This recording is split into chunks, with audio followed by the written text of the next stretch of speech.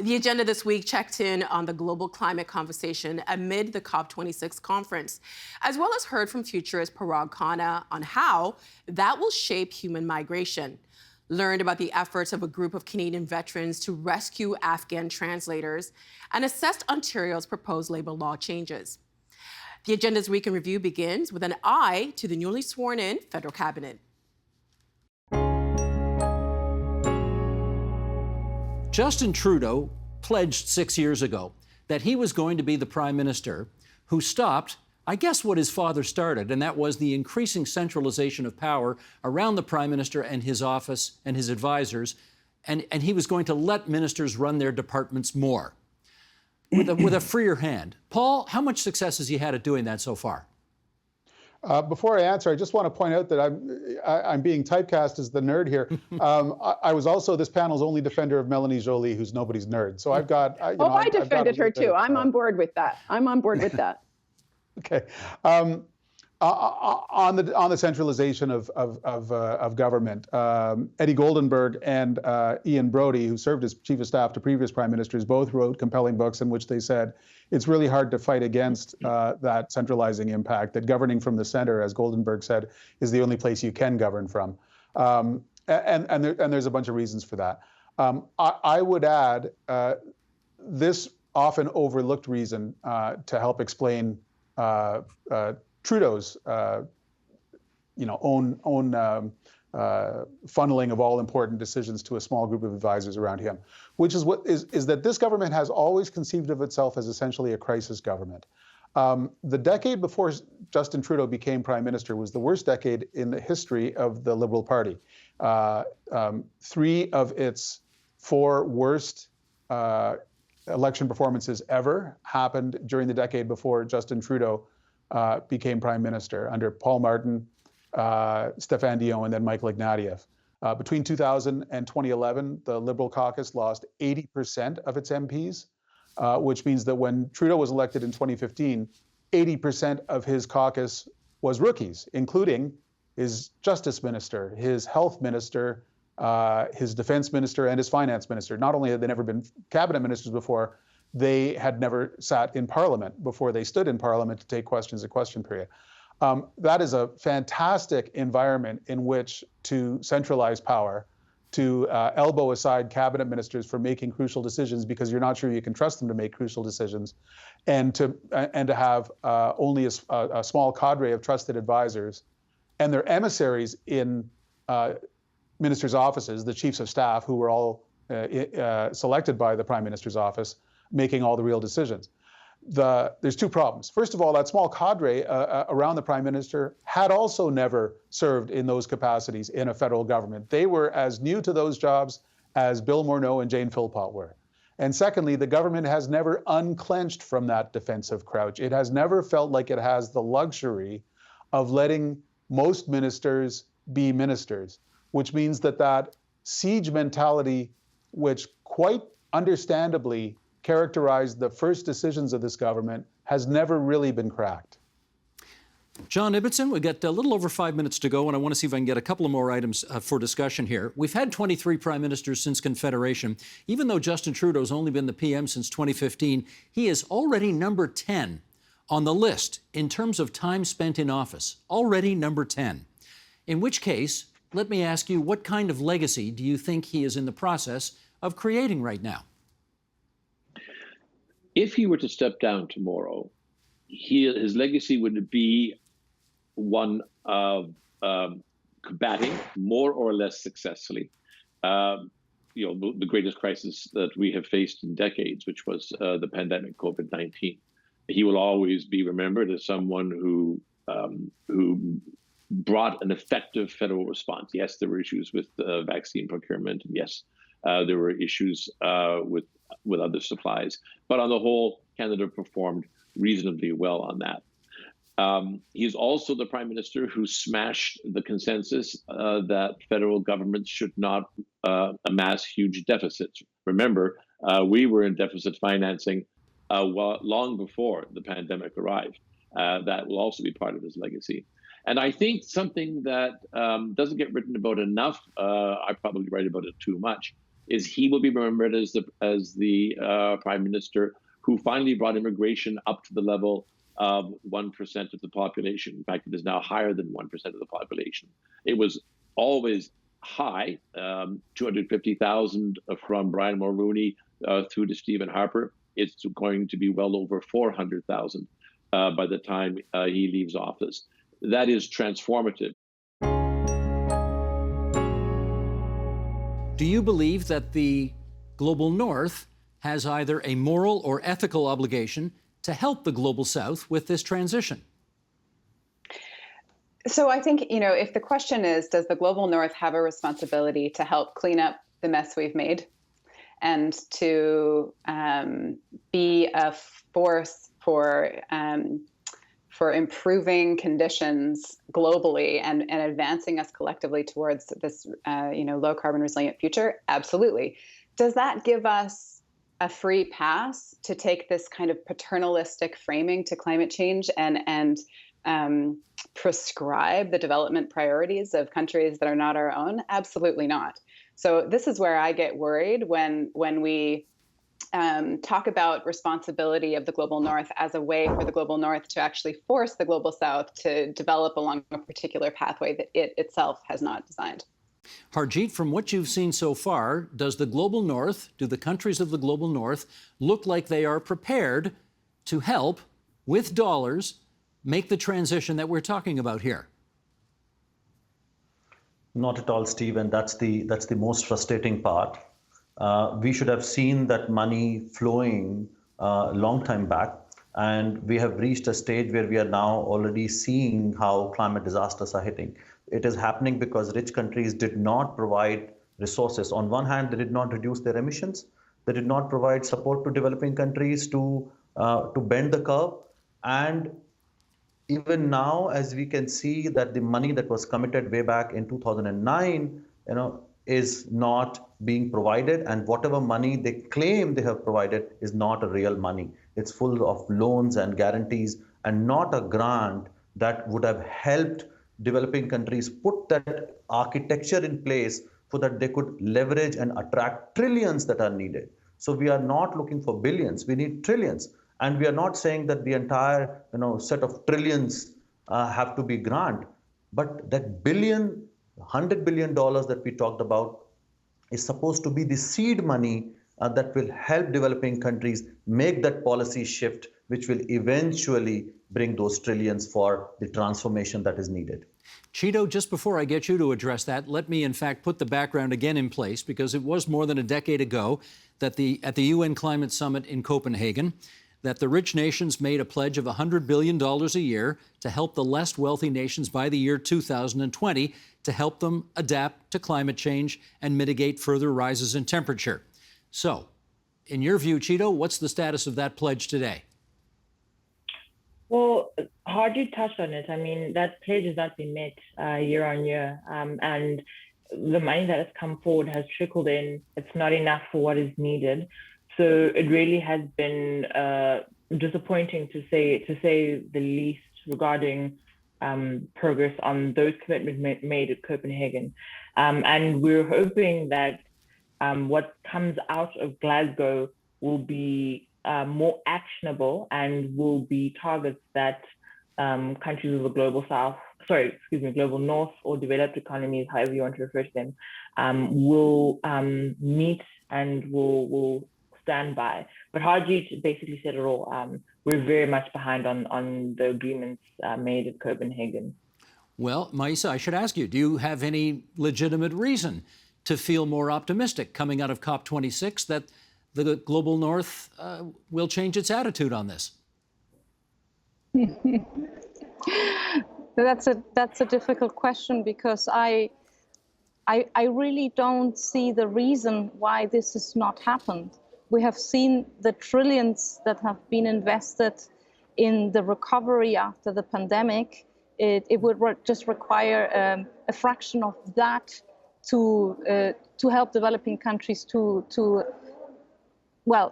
do their part for mitigation. But I think, and this is very important as well, this is not just about mitigation. We have at the same time the opportunity and the need to build resilience. And that part, which is it's less quantifiable, it's not tons of carbon. I think has been for too long sort of the small brother or the small sister or the more ignored part of this discussion. And I think if there's something that the pandemic has shown us, it's that the whole world, and it's not just the developing world, really requires resilience to all these shocks that are occurring now, and they will continue to occur, as we know that when further warming, every bit of warming will continue to increase those impacts. Can you elaborate on what you like about Canada and why you think it's such a terrific destination? Sure, and I guess you could consider me an objective voice because I'm not Canadian. Mm-hmm. I've only been to Canada certainly less than 10 times in my entire life. So, I take an analytical approach to these issues. Obviously, again, let's think latitude, altitude, and attitude, right? Canada does tick a lot of those boxes, certainly on the latitude, and again, the other virtues as well. And, you've just come out of an election where the fact that you are a mass migration country, a country that is taking in 400,000 new migrants every single year, a far higher proportion annually of your own population, about 1%, than any other country in the world is doing. And you're doing so voluntarily as a matter of strategic economic policy and without a major backlash is quite unique. So I consider Canada an absolute role model, not just some kind of fanciful future dream, but a place that's getting it right now. So I hold up Canada in this way, which again, I think is an objective characterization.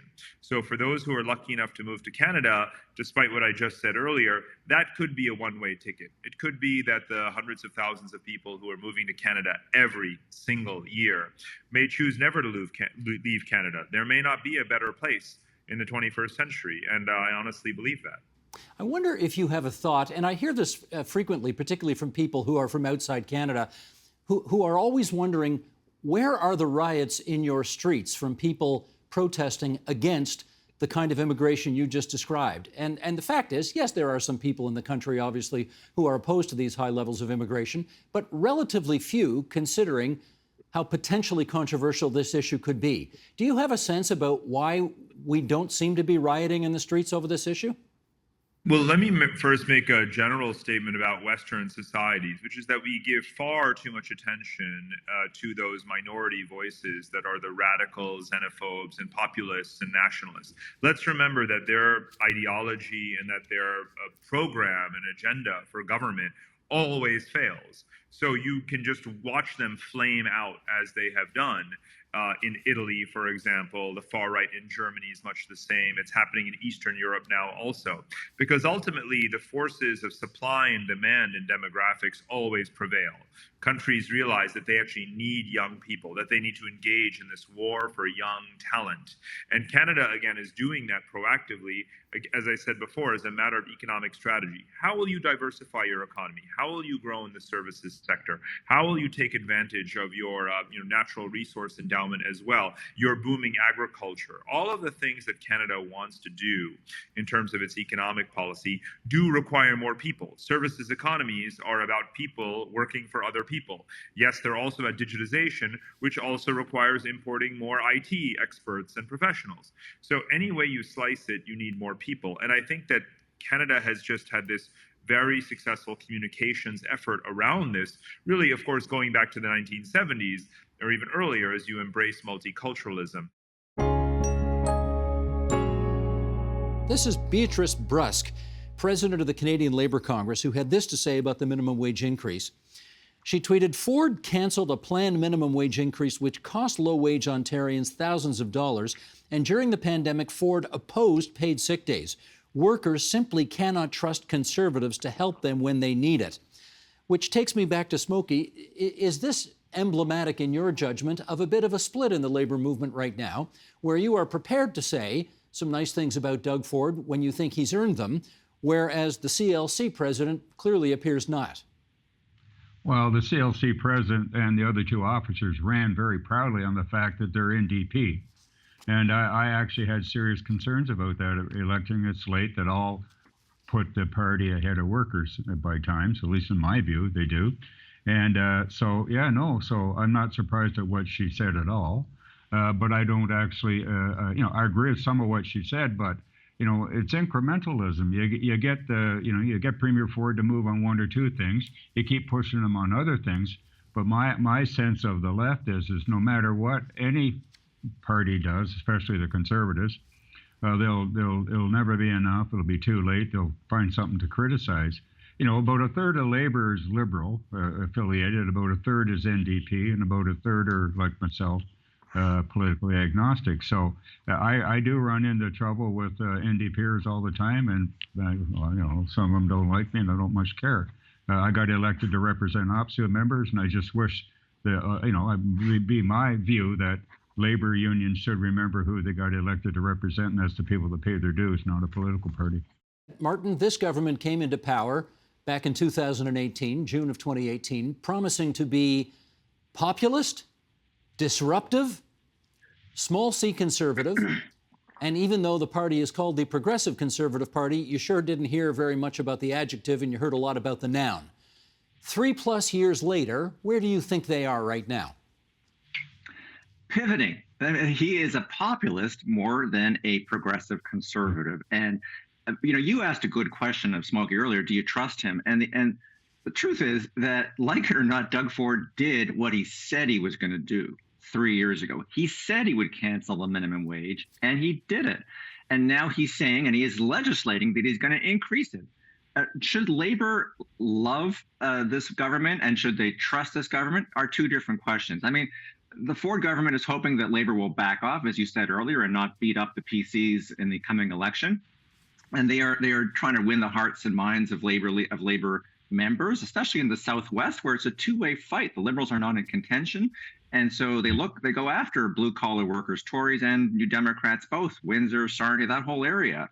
And so they are trying to win their hearts and minds. But Labor can and does break the heart of every government in power, whether it's teachers unions or other labor unions that went after the NDP. So this is politics. It's there's not unity in the labor movement, and there's certainly disunity on the political front. What I do think this tells us, in the poker sense, it's a tell, is that many of the labor leaders, Smokey, Jerry Dias, are giving up on the NDP. I'm not trying to make the NDP feel bad, but I think they've taken stock of the polling and the trend lines, and it looks like they don't think Andrew Horwath will be the next Premier of Ontario, whether you believe me or not. That's what the polls show too. And so just like they gave up on Kathleen Wynne in 2018, despite her promise of a wage increase, they thought she was dead in the water, and they were right. And so they lined up behind Andrew Horwath. And now they seem to be they're not lining up behind Doug Ford, but they're trying to use their pre-election leverage to lock in an increase. It's like locking in a low mortgage rate. They've locked it in. They gave him a photo op for a day, a one-day wonder. And can they trust him? Probably not. But this is now being legislated into law.